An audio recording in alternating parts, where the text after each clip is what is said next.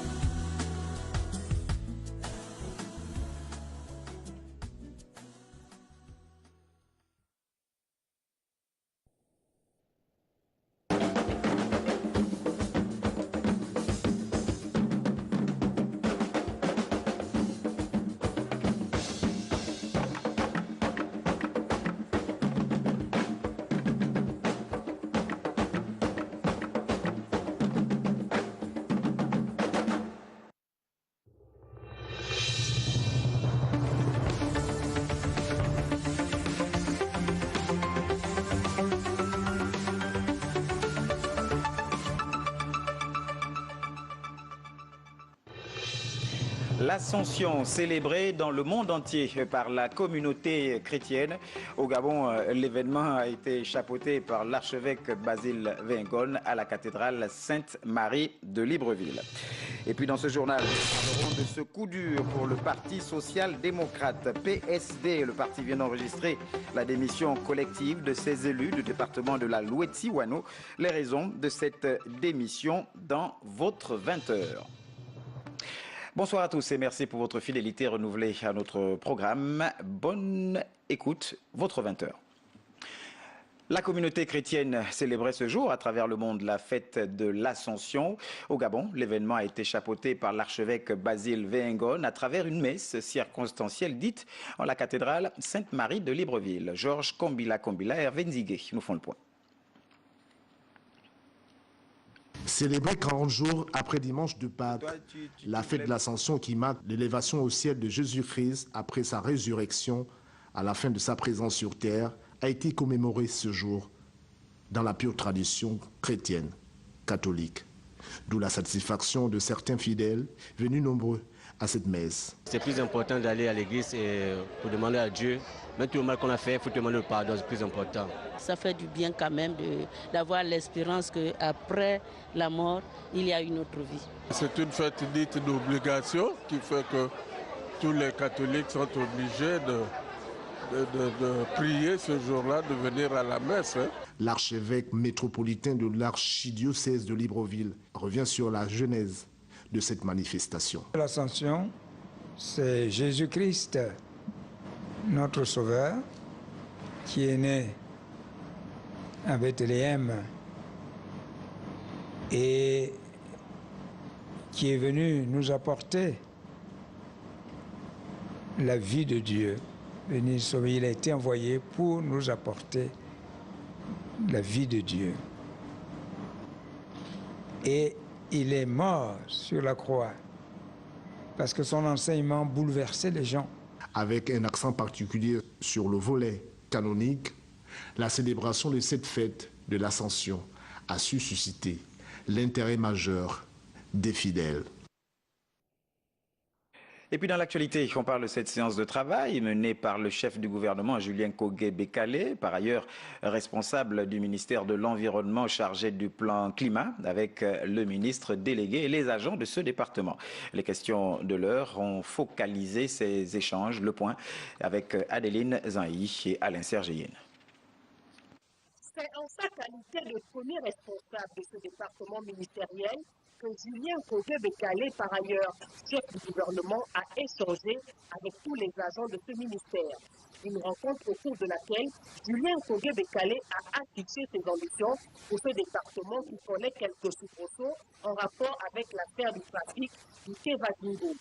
Nous avons aujourd'hui le devoir de donner des réponses urgentes et durables à la situation et l'avenir de la filière forêt-bois. Je suis venu vous rassurer, mais nous ne serons pas, notre main ne tremblera pas. Même les intérimaires qui ont été mis en place là, à la première incartade, je le dis bien, à la première incartade, ils sont virés. Il n'y a pas que les intérimaires, ceux qui sont aujourd'hui en fonction dans les différentes directions, mettez-vous au travail correctement. Les membres du syndicat ont, au cours de cette entrevue, présenté des doléances à leur nouveau patron qui leur a répondu en ces termes. Nous allons examiner avec beaucoup de bienveillance les conditions de travail. Je suis d'accord avec vous que nous sommes un ministère riche. Oui, mais travaillons pour faire entrer l'argent dans les caisses de l'État pour que nous réclamions à juste titre les ristournes. Il faut dire que les actions du ministère des Forêts et de l'Environnement chargé du plan climat se situent au cœur des priorités fixées par le chef de l'État Ali Bongo Ondimba. Et la rencontre de ce jour avait tout son sens. Voilà donc cet élément de nos confrères de la presse de la primature. Et on parle à présent des opérateurs économiques exerçant dans le domaine forêt-bois et les officiers de police judiciaire spécialisés reçus au cabinet de travail du gouverneur de l'Estuaire, Robert Ikamboyan Deka. Il était question de faire un état des lieux sur l'application de l'article 251 de la loi sur le code forestier en République gabonaise. Césarine Andem, Jean-Pierre Moussoami. Mettre en musique la politique du chef de l'État dans la gestion durable des ressources forestières, c'est le bien fondé de cette rencontre initiée par le gouverneur de l'Estuaire. Ici, dans cette salle de réunion, un état des lieux sur l'applicabilité de l'article 251 du Code forestier, les réalisations faites par les différentes entreprises forestières et les résultats sont entre autres des points inscrits à l'ordre du jour. La plupart des opérateurs forestiers dans la province n'appliquaient pas de manière orthodoxe les dispositions de cet article du Code forestier qui avait pour objectif d'améliorer les conditions de vie des populations. Il s'agissait effectivement de faire en sorte que le produit de l'exploitation forestière dans les environs des villages soit réversé conformément aux dispositions réglementaires aux associations de villages afin de financer des projets communautaires. Des échanges fructueux qui ont permis aux uns et aux autres d'être édifiés sur le processus de gestion. Pour CDG et d'ailleurs pour l'ensemble des opérateurs présents ici, nous avons trouvé que c'était une réunion instructive qui nous interpelle à participer au développement du Gabon à travers des activités que nous générons. Malgré la production des différents outils juridiques, on constate une faible appropriation des initiatives de soutien aux communautés rurales. D'où cet appel du gouverneur de l'Estuaire à l'endroit des opérateurs économiques exerçant dans le domaine forestier. Et puis allons à l'Assemblée nationale pour parler de cette séance plénière à laquelle prenaient part donc 5 membres du gouvernement qui répondaient aux nombreuses préoccupations des honorables députés, notamment la question relative au risque de pollution de l'eau en amont du fleuve Ivindo. Jean-Rodrigue Bigundou, Valérie Charles Poulangoy. Conformément à la Constitution, les membres du gouvernement ont été interpellés à la représentation nationale à la faveur d'une plénière présidée par Faustin Boukoubi. À l'ordre du jour de cette interpellation, plusieurs questions, notamment celles relatives au risque de pollution d'eau en amont de l'Ivindo. Face à cette menace, quelles sont les mesures préventives et compensatoires que vous voudrez bien prendre pour épargner les populations du district d'Mvadi du désastre prévisible? Suite à ces inquiétudes exprimées par l'élu du peuple, le membre du gouvernement a déploré cet état de fait, rappelant le caractère multisectoriel de cette problématique. Nous voulons d'abord rappeler ici que la gestion des eaux n'est exclusive du département ministériel dont nous avons la charge qu'en ce qui concerne les eaux potables. Et en l'occurrence ici, s'agissant des eaux de l'Ivindo, il n'en est nullement l'objet. J'ai pris acte de réponse donnée par Monsieur le ministre de l'Eau à ma question d'une gravité, je peux dire, parce qu'il s'agit de la pollution qui pourrait avoir des complications sanitaires dans le quotidien des populations. Visiblement insatisfait, l'honorable Biaoudjo a clamé haut sa peur pour la santé des populations du district de Mbadi qui consomment cette eau impropre et nuisible à l'organisme, surtout lorsqu'on sait que cette contrée a été en proie à la pandémie de la maladie à virus Ebola il y a quelques années. René Ndemezo-Obiang à Paris en France. Le président du Conseil économique et social et environnemental a durant son séjour signé un important accord de partenariat avec son homologue français. Le contenu de cette convention et son apport dans les relations entre Libreville et Paris dans ce reportage de Charles Obamondo. Cet accord, resté longtemps dans les tiroirs du Conseil économique, social et environnemental, vient finalement d'être signé à Paris par les présidents des deux institutions, René Ndemezo-Obiang et Patrick Bernasconi. Le texte paraphé dans la capitale française prévoit des dispositions en matière de formation et de renforcement des capacités des cadres administratifs et les conseillers de la République chargés de remplir les missions constitutionnelles qui leur sont dévolues. Et au-delà des relations entre les deux institutions, c'est aussi un document qui permet de renforcer les liens entre les conseils économiques et sociaux de l'espace francophone dans le cadre de l'UCESIF et aussi les conseils économiques, sociaux et institutions similaires à l'échelle internationale dans le cadre de la SESIS. Donc c'est un document global qui permet des échanges entre le Conseil économique, social et environnemental de France et le Conseil économique, social et environnemental du Gabon. Durant son séjour parisien, la délégation conduite par René Ndemezo-Obiang s'est imprégnée davantage des questions touchant entre autres à l'organisation, au fonctionnement et aux méthodes d'exploitation mises en œuvre pour atteindre les objectifs que s'est fixé l'institution. Nous avons vu qu'en matière de communication, aussi bien la communication interne, c'est-à-dire au sein de l'institution, qu'en ce qui concerne la communication entre les institutions, et puis en ce qui concerne la communication externe, c'est-à-dire vis-à-vis de l'opinion publique, nos collègues français ont beaucoup d'avance sur nous. Donc nous ne pouvons que nous inspirer de leur façon de faire. Créé en 1959, le CSE entend se moderniser et apporter une meilleure contribution dans le processus de développement de la nation. Dans l'actualité, on parle des préparatifs liés à l'organisation au Gabon du 19 au 21 juin prochain du forum sur l'entrepreneuriat social en vue de la formalisation de la petite économie. Le sujet a fait l'objet d'une rencontre cette semaine entre les autorités de tutelle, les partenaires au développement et les experts. Messagérien Ngo Obam, Pierre Claverella. C'est un intérêt majeur qui est désormais ici porté envers la petite économie gabonaise par les pouvoirs publics et les partenaires au développement à travers les préparatifs du forum sur l'entrepreneuriat social préconisé en mi-juin de l'année en cours. L'écosystème actuel que nous connaissons ne s'est pas approprié profondément et de manière pertinente de cette économie.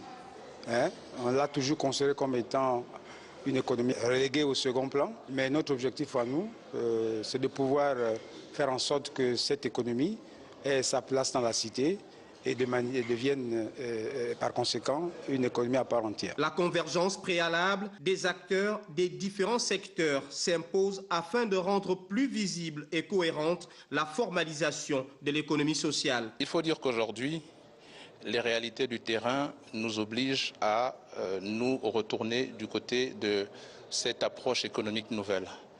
L'économie sociale est aujourd'hui une notion qui devait interpeller plus d'un, dans la mesure où même les autorités gouvernementales, notamment le gouvernement, a mis au centre de ses prérogatives la notion du social.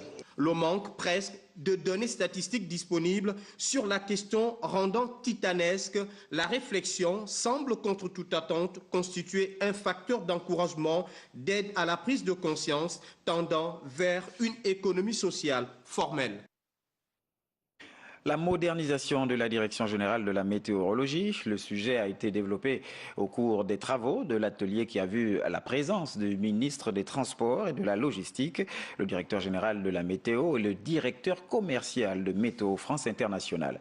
Trouver des stratégies qui encouragent cette ambition du gouvernement gabonais était le principal objectif de cette rencontre. Wilfried Pigavwamba, Jean-Pierre Moussoumi y prenait part. La Direction générale de la météorologie voudrait s'arrimer aux standards internationaux, d'où cet atelier de renforcement de capacités dont les exposés et les échanges gravitaient autour du système météorologique national et de la lutte contre les variations climatiques.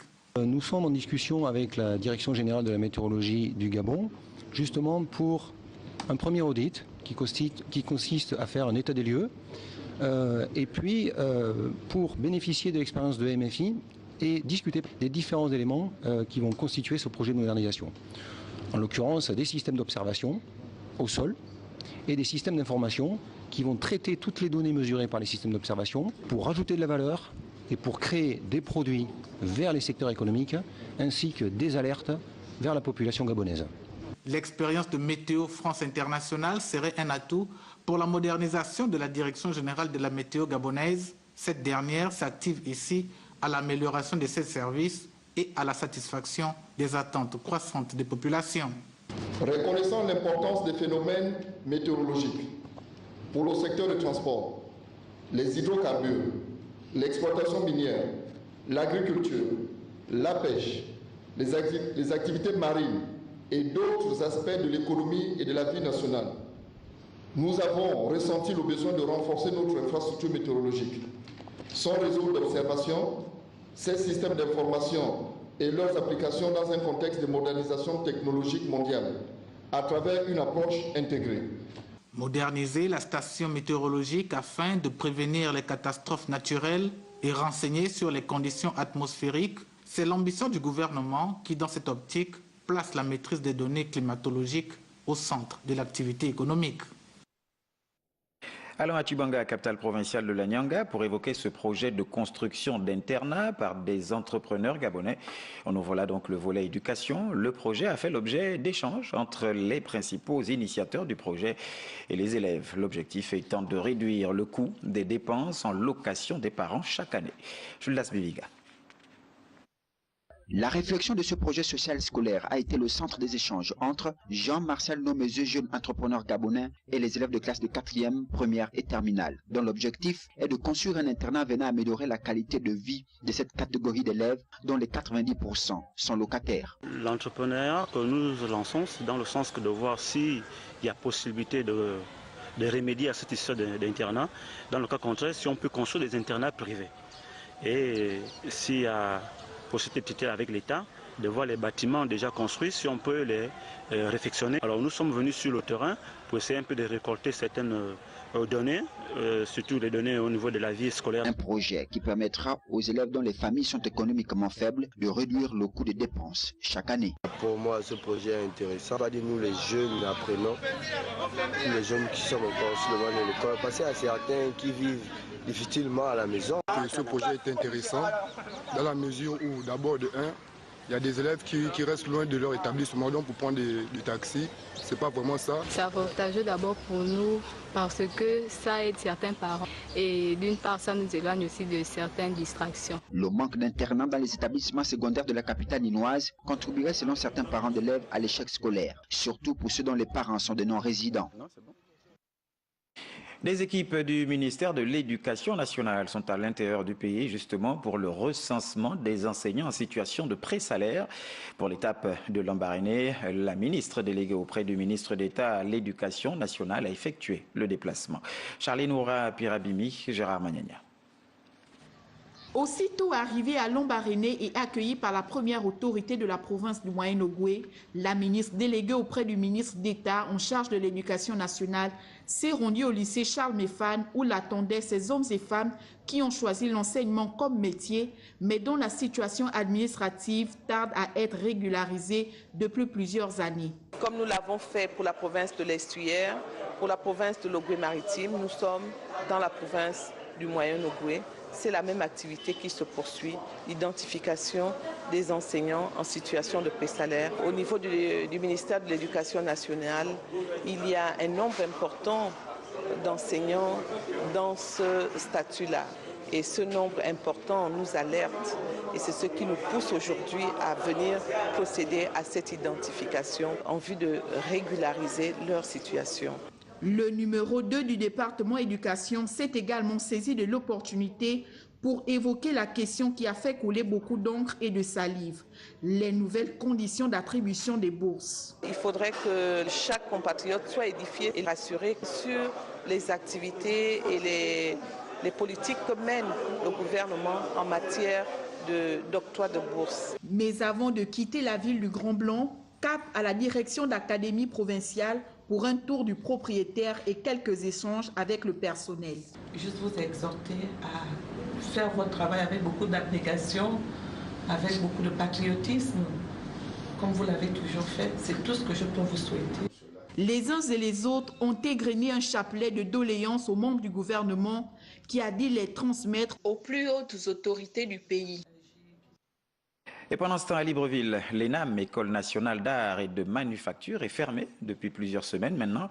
Et pour cause, les enseignants de cet établissement n'ont pas perçu leurs vacations. Les détails avec Frédéric Ndamukula. Bureau administratif barricadé, c'est le constat d'un débrayage. Une énième grève entamée par les enseignants vacataires de l'ENAM, l'École nationale d'art et de manufacture. Pour cause, le non-paiement de plusieurs mois d'arriérés des monuments. Depuis environ 3 ans, les enseignants vacataires de cette école ne sont pas payés, dont la direction doit à l'ensemble des enseignants 5 paiements d'arriérés. Nous avons décidé de rentrer en grève, histoire de revendiquer le paiement intégral des vacations à la fois de l'année académique du second semestre de l'année 2016-2017 et de l'année 2017-2018. Au nombre des difficultés et non des moindres qui minent le bon fonctionnement de cet établissement, les questions d'insalubrité et diverses. Il n'y a seulement pas que les enseignants vacataires, mais même les enseignants permanents, le personnel en général. Nous travaillons dans des conditions qui n'honorent pas, avec l'herbe qui nous envahit là.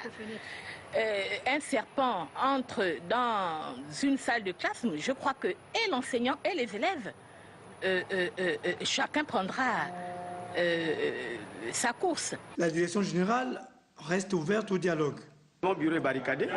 On vient de terminer une réunion. La décision qui a été prise, c'est que le bureau de DG sera ouvert et on va travailler dans mon bureau pour que toutes les actions soient entreprises pour que les enseignants rentrent dans leurs émoluments. L'ouverture des négociations annoncée entre les deux parties augure des lendemains meilleurs dans l'optique d'une sortie de crise. Et pour sa part, le Congrès des agents publics, parapublics et privés de l'État, CAPP, poursuit sa tournée interadministration. Après le ministère du Sport et de la Culture, le tour est revenu à celui de la prévoyance sociale d'échanger avec le CAP sur la nécessité d'aller au dialogue social qui se tiendra dans les tout prochains jours. Mirandangé, Cédric Zendo pour les détails. Ils étaient des dizaines à prendre part à cet échange initié par la Confédération des agents publics, parapublics de l'État comme Paul Kwangalundu, agent contractuel du ministère de la Prévoyance sociale depuis 1995, mais devenu fonctionnaire en 2019 sans aucun document justificatif. Pendant plus de 20 ans, j'étais contractuel et presque à la fin, j'ai remarqué dans les bulletins, je crois que c'est tous les contractuels de l'État qui ont remarqué dans leur bulletin qu'on est parti de contractuel à fonctionnaire. Mais ce n'est pas possible, ça ne peut pas se faire. Pour le président du CAP, la détournée permet de recueillir des informations qui serviront lors du dialogue social. Avec la prévoyance sociale, nous avons convenu de ce que, oui au dialogue, mais à l'intérieur, il faut annuler toutes les mesures contenues dans le décret 404. C'est ça la démarche du CAP. Le CAP pense qu'il est appelé au dialogue, c'est tout à fait important, nous y allons, il n'y a pas de préalable à faire. Il faut quand même négocier et communiquer. Le problème avec le gouvernement, c'est la communication. Communiquez s'il vous plaît, pour ne pas frustrer nos frères et sœurs gabonais. Conduit par l'actuel chef du gouvernement, Julien Kogué-Bécalé, le dialogue social est l'occasion de discuter sur les récentes réformes sectorielles dans un climat constructif et apaisé avec l'ensemble des partenaires sociaux. Le volet politique de ce 20h avec ce coup dur pour le PSD, Parti social-démocrate. Cette formation politique vient d'enregistrer la démission collective de ses élus du département de la Louétie-Wano. Les raisons de cette démission dans cet extrait recueilli par Arnaud Mbabekung et Gérard Mindou. Démission collective des militants du PSD du département de la Louétie-Wano. Nous, militants et élus du Parti social-démocrate, ayant défendu les couleurs du dit parti dans le département de la Louétie-Wano, les Bamba, avons décidé collectivement en date de ce jour de démissionner du Parti social-démocrate. Les motifs de notre démission sont les suivants. Non-respect des engagements du président du parti vis-à-vis des militants de la Louétie-Wano. Vu les démissions de M.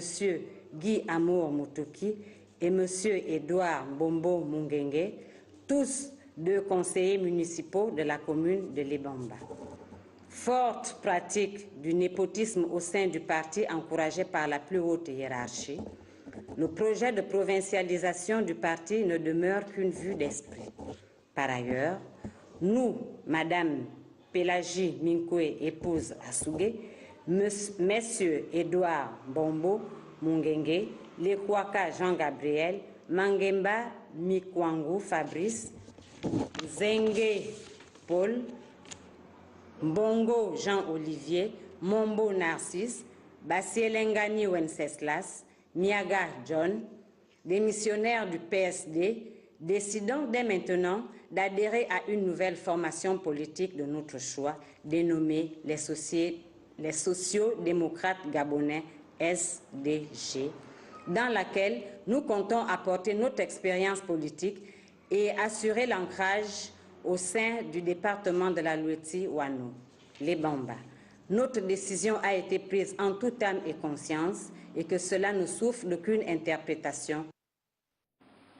Voilà donc grincement de dents d'un côté, réjouissance de l'autre, avec cette rencontre festive à la maison du parti d'Oyem entre le maire de la commune. Vous devriez les voir sur ces images, le maire de la commune et les militants du Parti démocratique gabonais regroupés au sein de l'UFPDG. Christian Abessolo Mengue a tenu à remercier ces femmes pour leur contribution remarquable lors des dernières élections locales. La page culturelle de votre 20h, Libreville sous les feux des projecteurs depuis hier et ce jusqu'au 1er juin prochain à l'occasion de la première édition du Salon Gabon Musique Expo. Le rendez-vous présenté lors d'une conférence de presse regroupe artistes professionnels de la filière musicale et journalistes culturels, ambitionne entre autres de développer la diffusion internationale des spécialités de la nouvelle scène d'Afrique centrale. Kenny Kanga Boussamba et Syriac Harris nous font le point. Ce genre d'initiative manquait à l'appel au sein de la sphère culturelle au Gabon. La rencontre avec la presse marque ainsi le top départ du premier salon Gabon Musique Expo.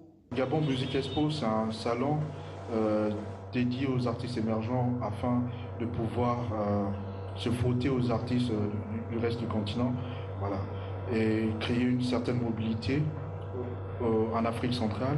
On s'est dit ce salon sera une des plateformes qui pourra faire découvrir pas mal de talents. Et après, on s'est rendu compte aussi que les artistes gabonais, en particulier, manquent cruellement d'espace de diffusion. 4 jours durant, les artistes en aiment et confirmés devront rivaliser de talents pour plaire aux promoteurs des marchés, salons et festivals internationaux, espérant un suivi de carrière et d'exportation. Les artistes ont tendance toujours à dire, quand ils nous rencontrent, qu'ils veulent jouer sur la scène. Ce n'est qu'une seule scène, ce n'est qu'une seule date qu'on donne. il y a beaucoup d'autres choses qu'on peut offrir après un événement comme le Colatier. Donc, un artiste qui joue à Gabon Music Expo ou pas, qui joue au Colatier ou pas, l'essentiel, c'est qu'il présente un bon travail. Quand on a vu son travail, on peut le recommander ailleurs. Le Massa, c'était une opportunité pour faciliter la mise en marché des spectacles qui relevaient de nos différents pays. Aujourd'hui, nous pensons que ce marché historique demeure, ça reste le noyau dur, mais qu'il faut le consolider par des marchés à l'intérieur du continent. 12 groupes de musique d'ici et d'ailleurs agrémenteront cette plateforme à caractère festif avant tout, avec à côté des ateliers de formation, des conférences, des speed meetings et des expositions. Et puis le sport pour la boucle après leur sacre à l'issue des play-offs du Gabon Oil National Foot 2. La formation Bouengidi Sport a remis hier officiellement le trophée de champion au secrétaire général de la province représentant le gouverneur. Les précisions avec Charles Ogoula et Eric Kassa. L'heure de vérité a sonné, celle de la remise officielle du trophée de champion du Gabon du National Foot 2 à la plus haute autorité de la province de Logoué-Lolo, représentée ici par le secrétaire général de province. Une cérémonie pleine d'émotions, mais surtout de reconnaissance envers ces champions qui n'ont ménagé aucun effort car la tâche n'a pas du tout été aisée. C'était un projet assez compliqué à réaliser.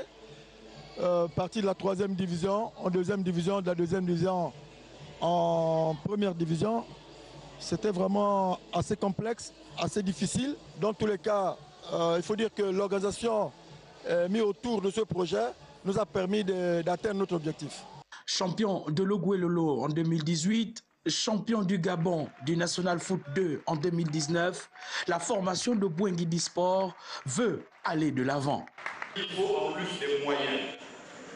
Et les moyens, c'est chacun du fond de son cœur devra penser, mais vraiment penser à apporter du soutien à Bouengidi Sport. À noter qu'avant les barrages prévus le 21 septembre prochain, la province de Logoué-Lolo compte désormais 2 clubs en 1re division professionnelle, à l'instar des provinces de Logoué-Maritime, du Moyen-Ogoué et du Wellington.